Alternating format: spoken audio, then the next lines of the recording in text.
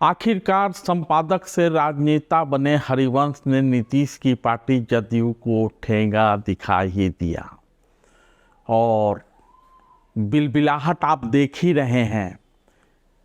नीरज कुमार की जुबान लड़खड़ा रही है। कहना तो ये भी है कि कौन है नीरज कुमार, मान न मान मैं तेरा मेहमान। सवाल तो ये भी है कि संपादक जी ने गलती क्या किया। लोकतंत्र का नया मंदिर बना था, नीतीश कुमार को प्रधानमंत्री बनना है और उसी लालच में लोकतांत्रिक मर्यादा को ताखा पर रखते हुए गठबंधन का माखौल उड़ाते हुए नीतीश कुमार ने चुनाव किसी और के साथ लड़ा और चुनाव पश्चात कहीं और जाना कबूल किया। लेकिन संपादक जी वहीं बने रहे जहां के लिए उनको भेजा गया था। इस तरह से संपादक जी ने संवैधानिक मर्यादा का पालन किया। संवैधानिक मर्यादा का मतलब ये हुआ कि हरिवंश सिर्फ अब राज्यसभा के सांसद मात्र नहीं हैं, हरिवंश उपसभापति भी हैं। कहा यह जा रहा है कि हरिवंश ने नए संसद भवन के उद्घाटन समारोह में शामिल होने का जो फैसला लिया है उससे उनकी पार्टी जदयू बहुत नाराज है। माना जा रहा है कि जदयू हरिवंश के खिलाफ कार्रवाई कर सकती है। यह भी कहा जा रहा है, प्रवक्ता है नीरज कुमार, उनके द्वारा, पता नहीं नीतीश कुमार की सहमति है भी या नहीं, लेकिन नीरज कुमार बड़बोले हैं, कुछ से कुछ बोलते रहते हैं। कह रहे हैं कहां से कहां पहुंच गए पत्रकारिता जगत के महत्वपूर्ण हस्ताक्षर। जेडीयू ने उच्च सदन में भेजा, लोकतंत्र कलंकित हो रहा था, हमारे पुरखों के इतिहास को हटाने की तैयारी थी। नई संसद के उद्घाटन समारोह के तस्वीर को दिखाते हुए नीरज कुमार कहते हैं कि हरिवंश जी ने बौद्धिकता के लिए अपनी जमीर बेची थी। नीरज जी, जमीर अब बचा किसका है? पत्रकारिता जगत के महत्वपूर्ण हस्ताक्षर जनता दल यूनाइटेड ने उच्च सदन में भेजा।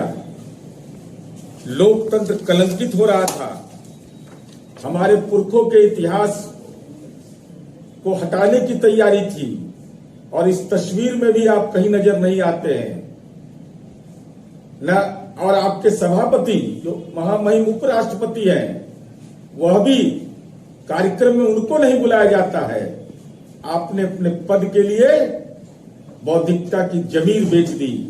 आने वाली पीढ़ी बौद्धिकता के उस अनुकरणीय व्यक्तित्व के प्रति कैसा भाव रखेगी कि जब पार्टी ने तय कर दिया, नेतृत्व ने तय कर दिया, आपके जो सभापति हैं वो कार्यक्रम में नहीं जा रहे हैं और आपने अपने कार्यक्रम में उपस्थिति देकर जब लोकतंत्र का काला अध्याय लिखा जा रहा था, उसके प्रथम पेज पर आपने अपनी उपस्थिति बनाकर हस्ताक्षर किया है। ये चिंता और चिंतन का विषय है। पार्टी नेतृत्व इन सवालों पर क्या कार्रवाई करेगा उनके अधिकार क्षेत्र में है, लेकिन जो आपने राजनीति में गुनाह किया है, यह निश्चित रूप से आने वाली पीढ़ी को इसकी कसक रहेगी और चिंता और चिंतन दोनों करेगा। नीरज कुमार यह भी कहते हैं कि आने वाला जनरेशन बौद्धिकता के उस अनुकरणीय व्यक्तित्व के प्रति कैसा भाव रखेगी।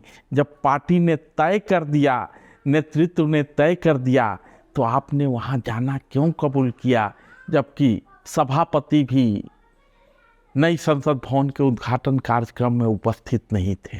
ऐसे में ये सवाल तो बनता ही है कि नीरज कुमार को सबसे पहले अपने पार्टी के आंकड़ों से ये समझना चाहिए कि जो वो बोल रहे हैं उनसे उनके पार्टी के आंकड़ों की सहमति है भी या नहीं। क्योंकि कौन नहीं जानता कि हरिवंश अब संवैधानिक पद पे बैठे हुए हैं, केवल राज्यसभा के सदस्य मात्र नहीं हैं। यदि नीतीश कुमार को इतनी ही परेशानी थी तो जब उन्होंने पाला बदला था, उनकी पार्टी ने एनडीए से अलग होना कबूल किया था, तो क्या पार्टी ने हरिवंश से इस्तीफा मांगा?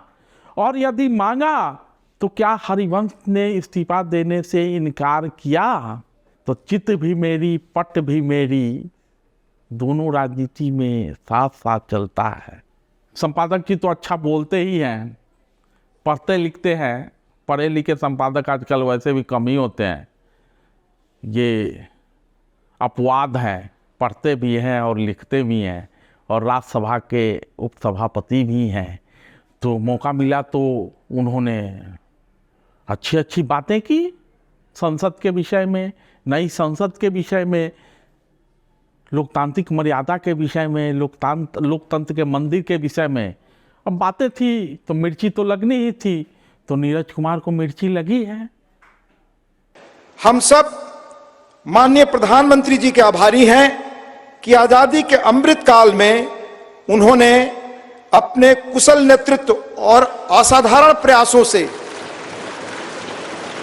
स्वतंत्र भारत की जनता की आशाओं और आकांक्षाओं के अनुरूप नए संसद भवन की संकल्पना को मूर्त रूप दिया है।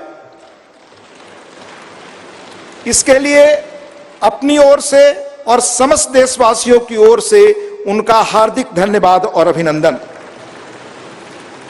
आज हम सब ऐतिहासिक अवसर पर इस भवन के प्रांगण में एकत्रित हैं। हमारे जैसे विशाल और जीवंत लोकतंत्र के लिए यह गर्व का क्षण है। हमारा वर्तमान संसद भवन देश की लोकतांत्रिक गतिविधियों का जीवंत केंद्र रहा है, हमारी प्रगति का मार्गदर्शक रहा है।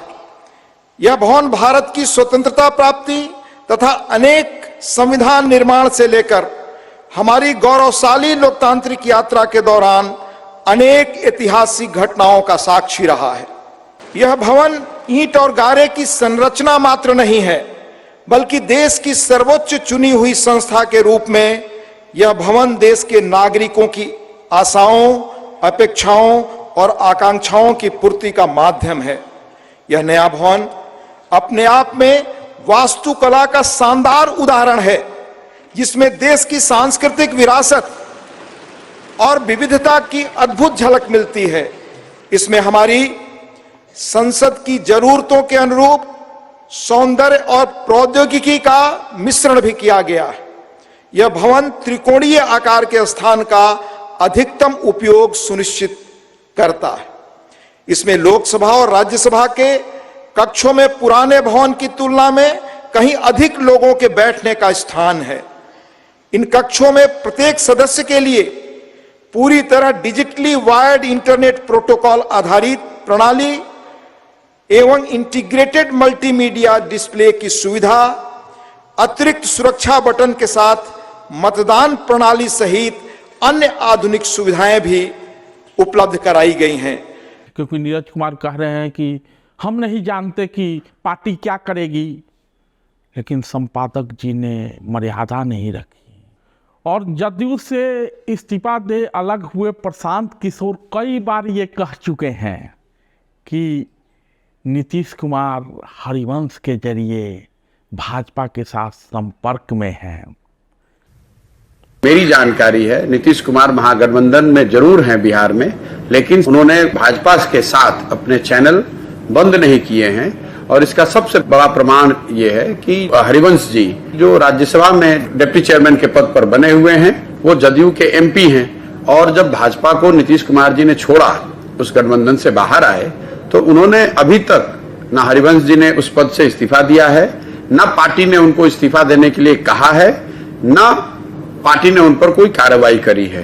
तो ये बात समझ से परे है कि जिस गठबंधन से आप बाहर आ गए, उस गठबंधन में आप या आपके दल का एक एमपी राज्यसभा में उपसभापति जैसे महत्वपूर्ण पद पर कैसे बना हुआ है। तो जो मेरी जानकारी है उसके मुताबिक नीतीश कुमार जी भाजपा के साथ जो उनका संपर्क है वो हरिवंश जी के माध्यम। तब किसी नीरज कुमार ने मुंह नहीं खोला। यहाँ तक कि जदयू के वर्तमान अध्यक्ष ललन सिंह ने भी ये कहा कि एक पत्रकार के कहने पर ही, हालांकि वो नाम नहीं लेंगे, जैसा कि ललन सिंह ने कहा कि वो नाम नहीं लेंगे, लेकिन पत्रकार के कहने पर ही नीतीश कुमार ने फिर से पाला बदला था, यानी